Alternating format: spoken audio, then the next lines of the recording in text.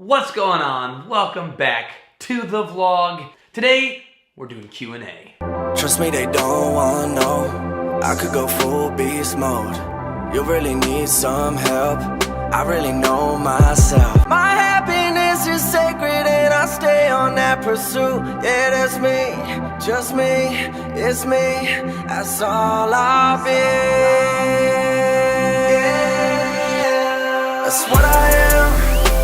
That's what I am. That's what I am. So every once in a while, I get a question or a comment that really makes me think, or it's a comment or question that I feel like that everybody can benefit from. And when I get one of those, I'm gonna do a Q&A video. Not too long ago, on one of my Weekend Life of a Teacher videos, I got a question that was talking about how much time do I spend lesson planning every week. It was from someone who was getting ready to go into education and was just curious. He felt like he wasn't the best organizer, and he just wanted to kind of ask me about how I did that. And I answered his question in the comments, but I told him I would talk about it in a dedicated video because it's a huge question, and it's something that I think many teachers get wrong, to put it bluntly, and that ends up affecting them, their career in a negative way, or their students in a negative way. And I want to share with you today how I go about tackling my lesson planning and how I do it and how I feel. Yeah, I think it's something that's important to share, and I think a lot of people could benefit from it. So let us begin. First things first. Let me say this, I'm gonna be real blunt right here. Your students don't care. Your students don't care if your lesson is cute. I'm just gonna say that right now. Your students don't care if your lesson is cute. They don't care how long you spent on your lesson plans. They don't care if you spent all weekend planning it. They don't care. They simply don't. They don't care how long you spend on your plans, how long you spend on preparing materials. Your students are never gonna care about that. What they are going to care about is your attitude and your demeanor, and can you deliver the information with enthusiasm and passion. So that being said, when I do my lesson plans, I aim for, a term I like to use is low prep, high engagement. What does that mean? Well, that basically means exactly what it sounds like. I try to plan out lessons that don't take me very long to prep, not a lot of prep work, not a lot of work on my end, but the students can be engaged in and they're actually doing the work. Too many times I feel like teachers go through and create these crazy elaborate, cute, awesome lesson plans or units where there's all this amazing stuff and decorations and all these different things, and in all that mess, they have lost the actual learning objective of the lesson, and you can't tell what the students are actually supposed to be able to learn. And don't get me wrong, if you're the type of teacher that likes to do amazing units and thematic lessons and that's great. I'm not saying that's not great. What I'm saying is, don't lose what is the student's learning objective. What are they actually supposed to be able to learn by the end of this lesson or by the end of this unit? And too often, and I've fallen trapped to this too, I've created this crazy awesome unit, and by the end of the plan, I'm like, wait a minute, what are they actually supposed to be able to learn? How do I know if they learned what they were supposed to learn? And so, because of that, because I've made those mistakes, and also just because of my personality and the way that I like to teach, I do low prep, high engagement lessons. I aim to do lessons that can be replicated the next day and the next day and the next day.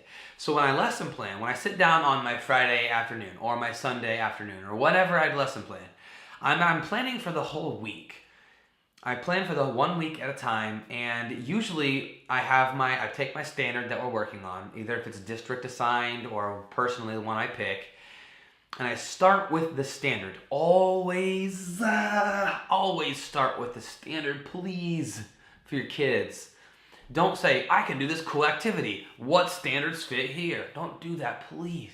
Start with the standard. Always start with the standard. I start with the end in mind. What am I teaching them? What are they supposed to be able to do? Oh, they're supposed to be able to do this. Okay, how can I teach that? Not, hey, I saw on Pinterest this person that did this cool unit on this Pete the Cat thing, and yeah, we're gonna do that too. Oh yeah, I guess this works with this standard. That's not effective teaching. And you can get pretty elaborate, crazy, artsy, fartsy, all that with letters. You really can. But at the end of the day, in my opinion, the most effective way to teach letters is through direct instruction. Hey everybody, this is an A, it goes ah. Here's some words that start with A. Hey, let's try writing some A's. Can you find these A's among other letters? Okay, that's how you teach A. And what I do to teach my letters is, it's very simple, and it takes me 0 minutes. I'll say that again. It takes me 0 minutes to prep for. 0 minutes. And the lesson is about 45 minutes. 0, okay? When I'm teaching the letters, I use two resources. One, I use the Storybots videos. If you're unfamiliar with the Storybots, just go on YouTube and type in Storybots. There is a letter video for each letter of the alphabet. They're about 1.5 minutes long, and they are freaking awesome.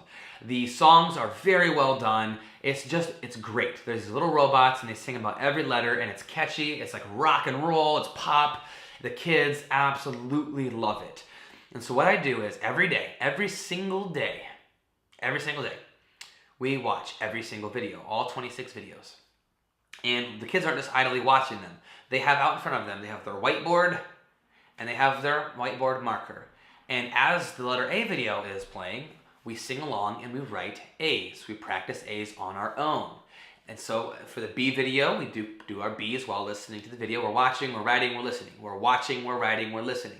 3 things. I'm hitting the audible, the visual, and some of the videos we even stand up and do some motions to. And what I'll do is in between each video, before the video plays, I'll say, okay, the next video is A. Who can tell me what A sounds? Who can tell me what sound A makes? Okay, good job. Okay, now this is how you write an A, and I'll write one on the board. You do one, I'll walk around and check. Good job. Now let's do our A video.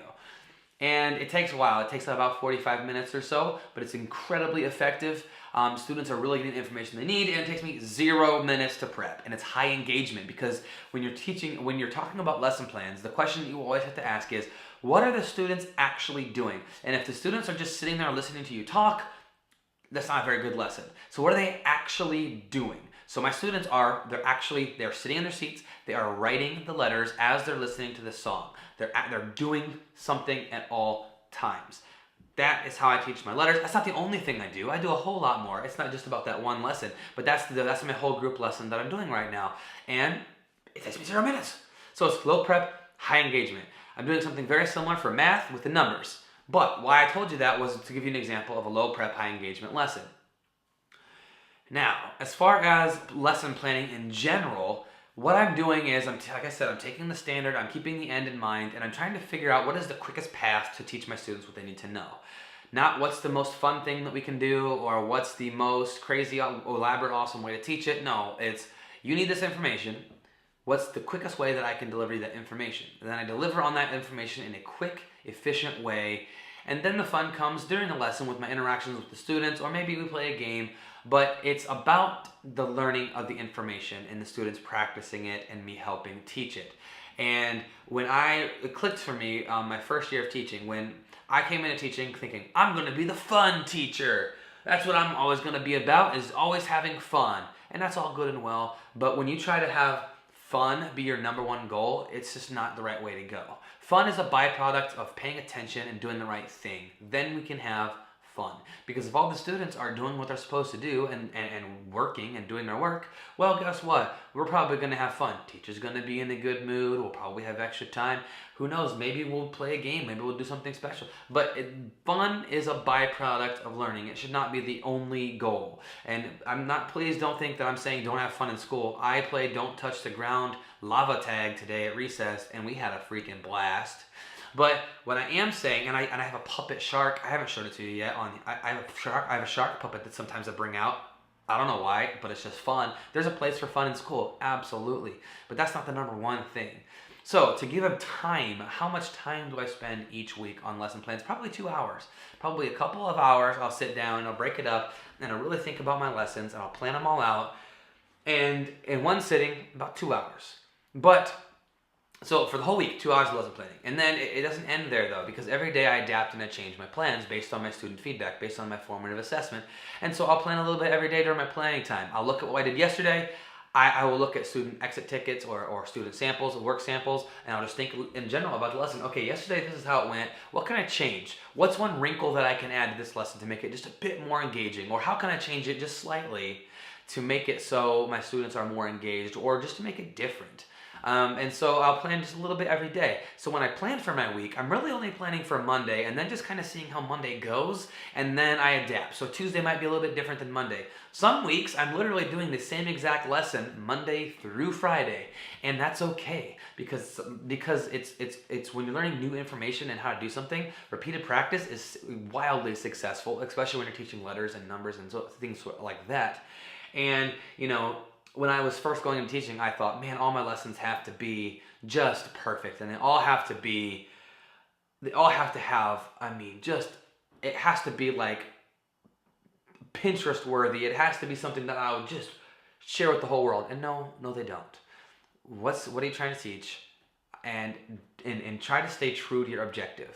If your objective is you're trying to teach students how to do double-digit addition, then make sure you're teaching them how to do double-digit addition, and make sure your exit ticket or formative assessment is actually assessing them on that ability to do that.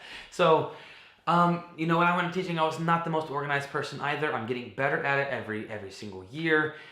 And the reality is, if you can stay in the same grade for long enough, it's just, things start to become more natural to you. You save some stuff from previous years, and it gets easier every year. And when I say stick to contract hours and try to not, stay in the school too long, that's also a byproduct of being a kindergarten teacher this is my 6th year. So I just reference what I've done in the past, and I make minor adjustments based on my students. But, it's just one of those things where it's an ever-evolving year. It's always going to evolve and change and adapt. And you've got to be cognizant enough of your students to know that, sometimes you can't plan 2 months ahead, because what if your students change in their interests, or, who knows? But lesson planning doesn't have to take 6 hours a week. It doesn't have to take up all of your time. And, think about low prep, high engagement lessons, and think about how you can engage your students in other ways versus making your lesson cute. So that's kind of my 2 cents on lesson planning, how I do it, how I go about it. Now, the other thing to know is when I start small group instruction, then I step away from whole group instruction, and every group, all 4 of my groups, will have a different lesson plan. And so there's a little bit more time involved in that, but like I said, I plan once on like Sunday or Friday, and then that's it. And then I adapt every day. So, it's just one of those things where I don't try to plan too far ahead. I always just try to stay in the moment and deliver my students the information and the instruction that they need, and try to meet them where they're at. So I hope that answered your question, and I hope you got some value out of this as well. Just talking about lesson planning, I remember when I first started teaching, that's all I was obsessed with, figuring out how other teachers plan, how much time do they spend, and I'm here to tell you, you don't have to kill yourself over lesson planning. It doesn't have to be, just doesn't have to be that difficult. You don't have to spend hours and hours and hours doing it. Just stick to the objective, have the end in mind, and try to low prep, high engagement. So there you have it. There's my question and answer video for today. If you have any questions about what I just said, drop them in the comments down below. If you have any questions that you would like to see answered in a video, comment down below for video topics. I'm always looking for new video ideas, especially for these types of videos. And if you're still watching, thanks for watching to the end of the video. If you didn't watch yesterday's vlog, Krista and I are very excited because we're having a baby. We're having a baby. I'm going to be a daddy. So, very excited. Can't wait to talk to you guys more about that as well. So, I love you guys. Thanks for watching. Find your gift, share it with the world, and remember, you are worth it. See you tomorrow.